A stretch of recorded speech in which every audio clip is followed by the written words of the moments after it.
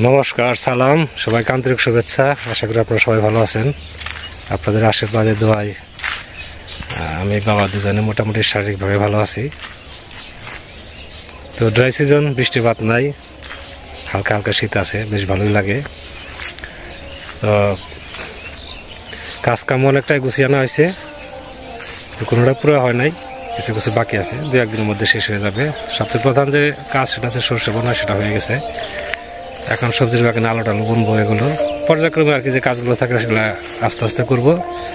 এখন আর গাড়ির উপরে যে কঠিন চাপের কাজের যে একটা কঠিন চাপ সেটা আর নাই, সেটা অনেকটাই দূর হয়ে গেছে আর কি। তারপরে এর মধ্যে কাজ থাকবেই, কাজ না থাকলে মানুষ তো সুস্থ থাকে না। আমরা কৃষক মানুষ একটা করে একটা আমাদের কাজের থাকেই। তো যা করে আপনাদের সাথে শেয়ার করার চেষ্টা করব, আপনারা আমাদের পাশে থাকেন, দেখেন কি করা হয়।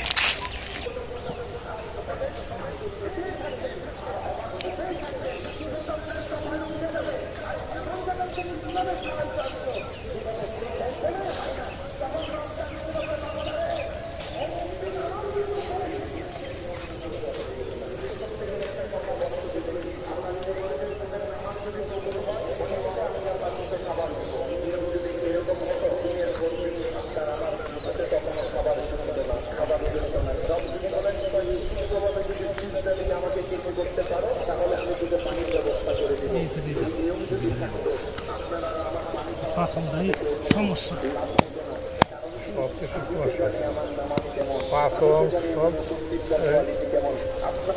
আপনার কাছে জানা আছে, সেজন্য রব্বুল আলামিন এই শিশু নিয়ামতকে আমলের সাথে সম্পৃক্ত না রেখে দয়ার সাথে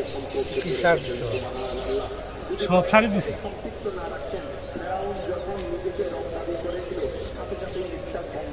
কুকুর মধ্যে সব ধরনের শাড়ি দিতেছি অল্প অল্প করে শাড়ি দিতে দিয়ে আজকে জল দেবো না, জল দেবো আবার 2 দিন পরে।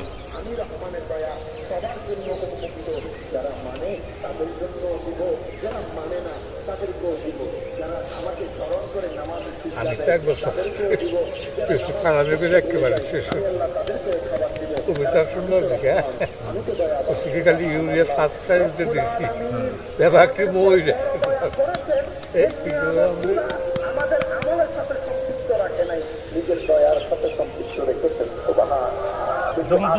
সমস্যা হয়েছে, পাতা পাতা খেয়ে ফেলতেছে কিসে জানি,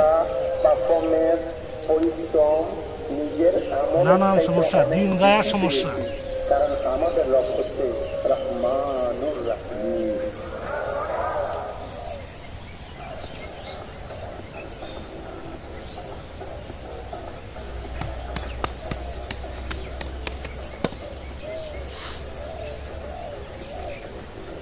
মূলের পরে কি বুনো হয়েছে রে, পেঁয়াজ বোনা হয়েছে।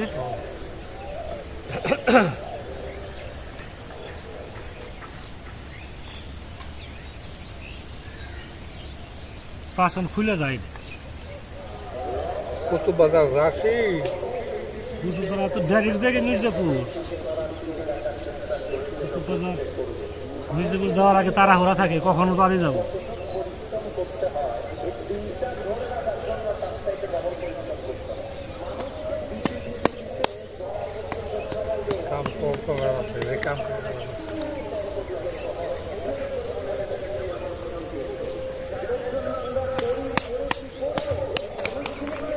তো এইভাবে উপরগুলো মাটিগুলো একটু উঁচু করে দিতে হবে। আর যে বিভিন্ন প্রকার সার মিশিয়ে দিছি, দিলে পরে কপিগুলো বড় হবে।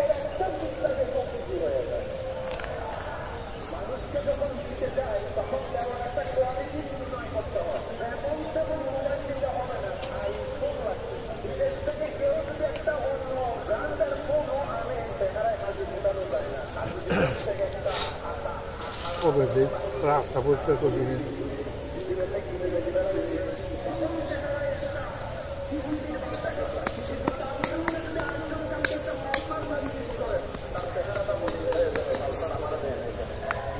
এই যে দিলাম 15 দিনের মধ্যে মনে করেন যে চেহারা ঘুরে যাবে। আস্তে আস্তে দেই যে কটা পারা যায়। 20 টাকা কেজি। রান্না করতে বসছি আজকে ফুলকপি আলু বেগুন দিয়ে ডিম রান্না করবো।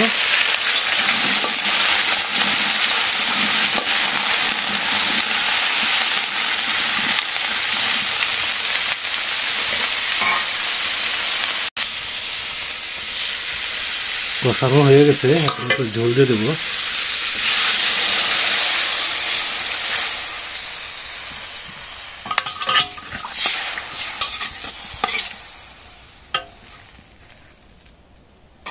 ঢেকে দিয়ে দিই।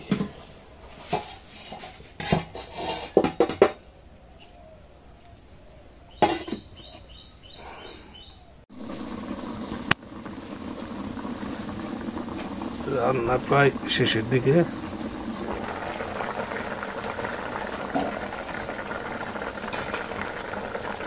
গরম মশলা দিয়ে দিই।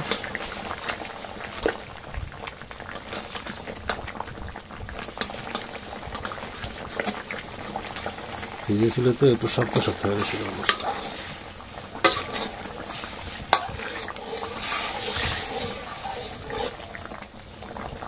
ডিম দিয়ে দেবো।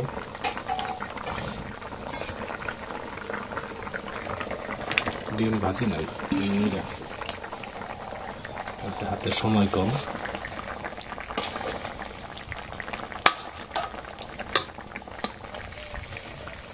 দশেক জল হোক। আলু কি গলে গেছে? হ্যাঁ, আলু গলে গেছে।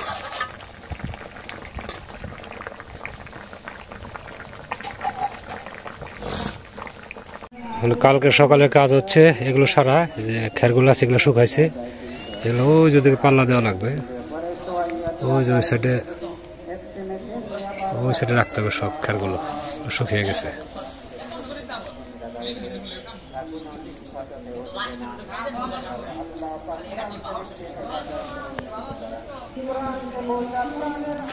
বাতাসের অভাবে ধানগুলো এখন রান হয় নাই। বাতাস আসলে তাহলে ধানগুলো সিদ্ধার ব্যবস্থা করা যাবে। গাছের সুপারিগুলো পেকে গেছে, পারতে হবে। দুটা গাছের সুপারি একটা একটা প্রতিদিন পরে, 8-10 টাকার প্রতিদিন পরে। ওই যে গাছের সুপারি পাকছে, এই গাছের সুপারিও অর্ধেকের বেশি পাকছে। সুপারির প্রচুর দাম। বাজারে খুচরা সুপারি কিনে 100 গ্রাম 150 গ্রাম 1000 টাকা কেজি নাই।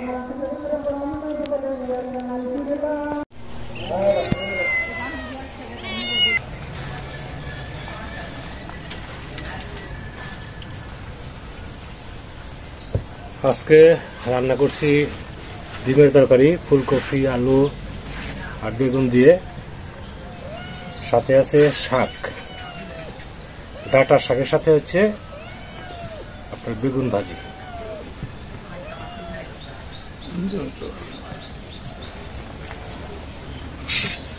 গ্লাসটা একটু টানো দিবে।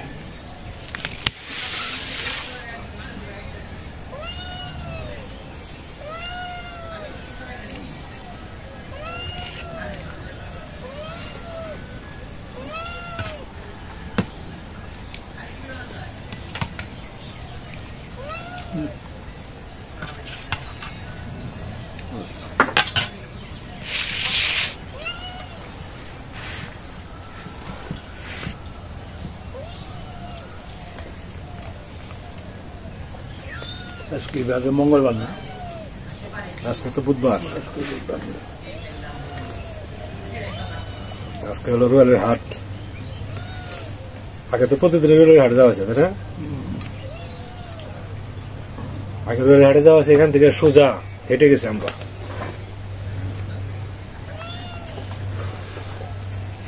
এখান থেকে 2 কিলোমিটার হবে। সব থেকে যাওয়ার মজা হয়েছে বর্ষাকালে রুয়েলের হাটে। যাওয়ার সময় নৌকা বেয়ে গেছি, বইটা দিয়ে নৌকি দিয়ে যাবে হোক।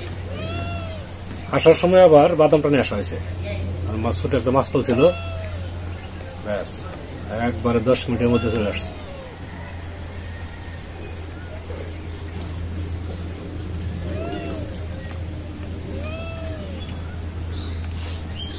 আলগা ভাত দিলে খাবে না।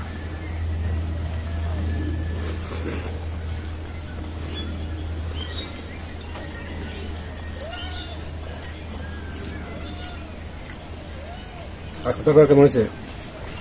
ভালো।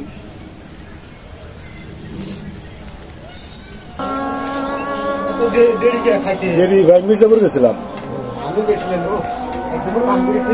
আপনি তো দেখছি তো আপনার মির্জাপুর। আমাদের খাওয়া দাওয়া প্রায় শেষের দিকে। আজকে কপির তরকারিটা আমার কাছে ব্যক্তিগতভাবে খুব ভালো লাগছে। চাল ডাল স্বাভাবিক, মশলাপাতি কম দিছি, তেল কম দিছি, এর মধ্যে বেশ ভালো টেস্ট লাগতেছে।